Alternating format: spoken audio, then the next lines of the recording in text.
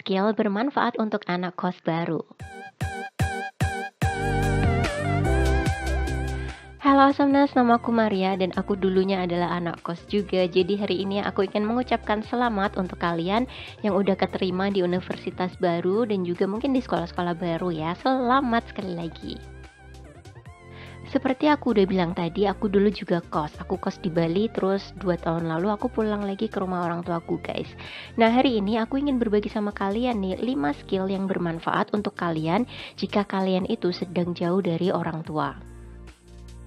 Tentu aja skills ini adalah sesuatu yang aku juga belajar tahun demi tahun ya. Karena aku sendiri agak telat untuk keluar dari rumah. Jadi agak kaget juga awalnya guys. Dan ini adalah sesuatu yang aku dapetin selama aku jauh dari orang rumah. Aku berharap sharingku kali ini bermanfaat untuk kalian semenjak kalian mulai ngekos ya. Jadi biar nggak kaget dan juga biar nyaman selama kalian jauh dari keluarga.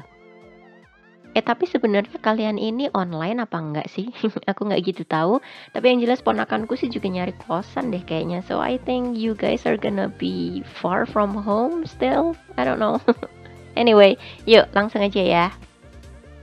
Skill yang pertama ini adalah sesuatu yang butuh diperjuangkan karena aku sendiri cukup struggling untuk bisa mendapatkan pattern. Jadi yang pertama adalah manajemen waktu.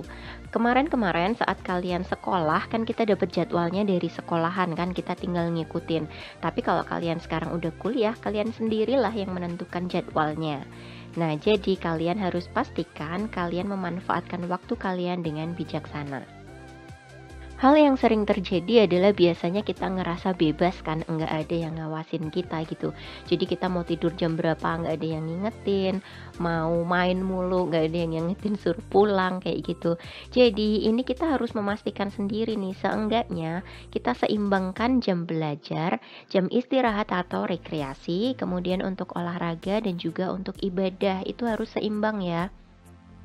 Yang dimaksud seimbang di sini bukan makan 6 jam, tidur 6 jam, ngapain lagi 6 jam, bukan kayak gitu. Tapi misalnya nih untuk tidur atau istirahat aja kan udah 8 jam sendiri nih.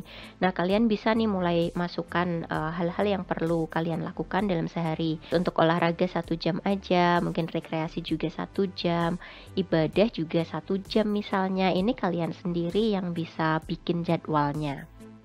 Nah, seberapa lama kalian belajar ataupun bekerja itu kalian sesuaikan sendiri juga ya.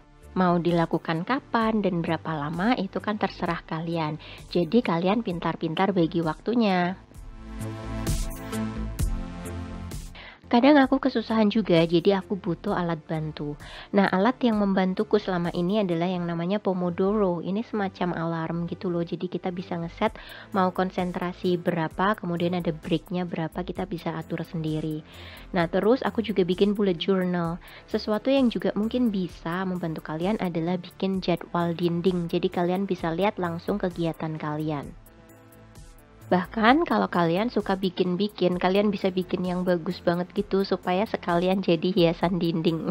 Ngirit kan? Kalau aku pribadi untuk yang jadwal dinding itu lebih suka yang bisa ditempel dan dilepas atau yang bisa dengan mudah dihapus. Jadi kalau misalnya ada perubahan itu bisa diganti kapan aja dengan mudahnya gitu. Dengan begitu semua yang kita canangkan bisa tercapai deh.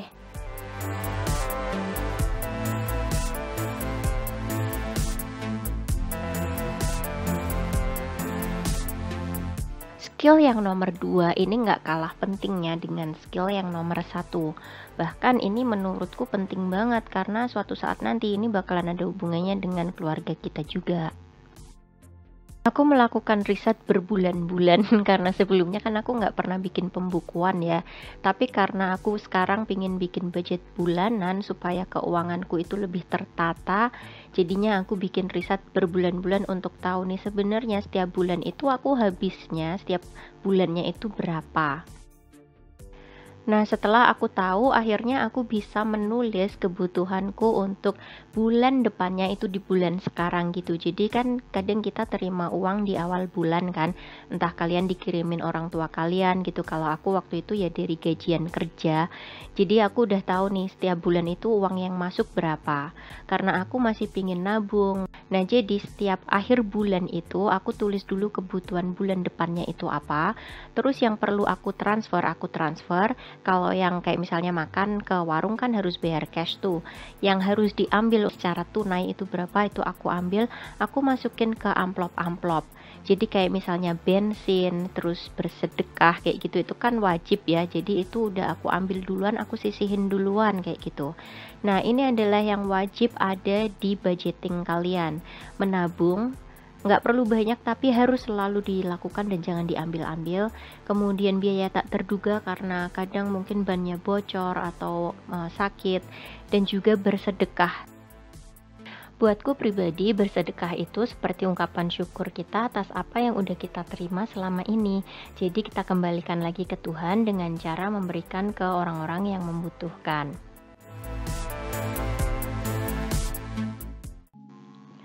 Mari kita lanjut ke skill yang berikutnya, yang nomor 3 ini, ia adalah decluttering. Decluttering itu adalah mengumpulkan barang-barang sesuai manfaatnya di satu tempat tertentu. Jadi misalnya nih, buku-buku kalian ya di tempat buku, alat-alat dapur ya di dapur gitu. Jangan sampai barang-barang kalian ini tuh ke mana-mana, di mana-mana jadinya kececer di sini-situ, nanti lupa naroknya lagi. Karena percayalah aku tuh selalu dijulukin kamarnya pecah dari zaman dulu. Dan setelah aku ngekos itu aku tahu bahwa rumah atau kosan atau tempat tinggal yang rapi itu bisa bikin kita lebih produktif, lebih semangat dan lebih happy. Caranya gimana nih? Cara yang paling mudah ialah menyingkirkan benda-benda non-esensial dan kita simpan hanya yang dibutuhkan atau hanya benar-benar yang kita suka. Misalnya kalian punya benda yang udah sekian tahun kita nggak pegang dan kita juga nggak membutuhkannya, itu artinya setelah 3 bulan kita nggak pegang, berarti barang itu nggak ada pun sebenarnya nggak apa-apa. Nah, benda-benda yang kayak gini singkirin aja lah, kasihin ke orang yang membutuhkan, atau kalian bisa jual mungkin kalau memang masih bagus, kayak misalnya baju atau buku. Win-win-win solution, tempat kalian bersih, kalian dapat duit, dan orang lain mungkin mendapatkan manfaatnya. Selanjutnya, kalian bisa menambahkan hal-hal yang bikin rileks atau bikin tenang. Misalnya, tanaman yang bisa dipiara di dalam rumah seperti foto, sukulen, atau sansevieria. Dan kalau mungkin piara cupang kali ya, lucu. Tapi kalau binatang piaraan sih pastikan ada yang memelihara mereka, misalnya kalian pulang kampung ya.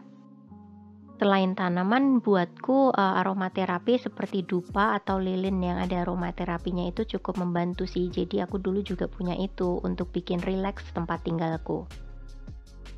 Kalau kalian belum pernah decluttering sebelumnya, step pertamanya ini emang berat banget. Aku ada videonya nih, bisa ditonton dulu. Tapi kalau udah kalian lakukan secara rutin aja biar nggak berat-berat banget. Kita mau lanjut ke skill yang nomor 4 ya. Nah, skill yang nomor 4 ini adalah membersihkan dan merapikan toilet. Kalian nggak mau kan kamar mandi aromanya sedap kayak di toilet umum? Nah, kalau misalnya toilet kalian rapi, kegiatan bertapa dalam tanda kutip itu akan begitu menyenangkan sampai kalian itu nggak bakalan tergoda untuk bawa HP ke kamar mandi. Yang perlu kalian pastikan adalah lantainya jangan sampai licin ya, karena itu bahaya banget. Nah, misalnya kalian pas pulang kampung nih, pastiin juga kamar mandi di rumah kalian itu juga lantainya nggak licin. Karena ini adalah salah satu cara kita untuk membantu orang tua kita. Percayalah di usiaku yang segini, berita kehilangan orang tua karena lantai kamar mandi yang licin itu bukan sekali 2 kali aja aku dengar. Makanya pastikan toilet kalian, kamar mandi kalian itu lantainya nggak licin. Mungkin kedengarannya sepele ya, bersihin toilet aku nggak mau jorok bla bla bla. Tapi kalian mengunjunginya aja setidaknya 2 kali kan untuk mandi dan mungkin kepentingan lainnya ya kan. Berarti sebenarnya tempat ini adalah tempat yang penting juga loh. Dan kalau kamar mandi kalian bersih, pasti nggak ada kecoa ataupun cacing di situ. Ih, geli ah. Ya dah ya, kita lanjut ke skill yang nomor 5 aja nih. Skill yang nomor 5 ini adalah meal planning. Mau makan apa nih? Jadi daripada kita mikir hari itu juga terus bingung, terus jadinya makannya telat atau gimana, kita pikirin aja untuk seminggu ke depan kalian mau makan apa aja nih. Misalnya mau ke warung-warung yang mana dan budgetnya berapa. Itu sebabnya di sini aku tuliskan untuk skill nomor 5 ini, keuntungan yang pertama adalah dia benar-benar mendukung skill yang nomor 2 yang ada hubungannya dengan budgeting. Ini bukan berarti kalian harus mengirit-irit, harus makan di sini aja budgetnya sekian dan nggak boleh lebih dari itu, kayak gitu ya, bukan gitu aja. Misalnya nih, kalian pengen makan di tempat yang agak mewah, ya kalian harus tentuin juga budgetnya berapa, terus sisanya itu baru kalian harus cukup-cukupin sampai akhir bulan nanti. Kalau kalian cuman mikir-mikir doang di awang-awang doang gitu, kalian nggak bakalan tahu uangnya cukup apa enggak. Nah, kalian nggak mau kan kelaparan di akhir bulan? Dengan begitu kita juga tahu nih apakah nutrisi kita sudah terpenuhi atau belum. Karena guys, kita ini jauh dari keluarga. Satu-satunya cara bertahan adalah tetap sehat. Kalian nggak mau loh ngabarin orang rumah terus bilang, "Mama, aku sakit." Huhuhu. Jangan sampai itu kejadian sama kalian. Itu adalah hal yang paling mereka nggak pingin denger deh, beneran. Mereka pasti pinginnya kalian sehat-sehat aja di tempat yang jauh dari mereka. Baiklah, saatnya menghapus. Bentar ya. Setelah menghapus ternyata aku terbawa suasana guys, aku keluarkan seluruh washi tapes dan juga stiker, terus aku main tempel-tempelin aja gitu tanpa memikirkan proporsi atau apalah, nggak tahu. Lihatlah ini jadi ramai sekali dan aku jadi nggak bisa ngeliat nih aku habis nulis apa aja. But anyway, semoga video kali ini membantu. Selamat ya sekali lagi untuk kalian yang akhirnya menuju ke kedewasaan. Semoga hal-hal yang aku share sama kalian kali ini bermanfaat untuk kehidupan kalian juga. Thank you so much for watching and I'll see you again in my next video. Bye bye guys. Stay awesome and stay healthy for sure. Bye. I love you. Aku berharap dengan setelah bertahun-tahun akhirnya aku mendapatkan sesuatu. Wait, no.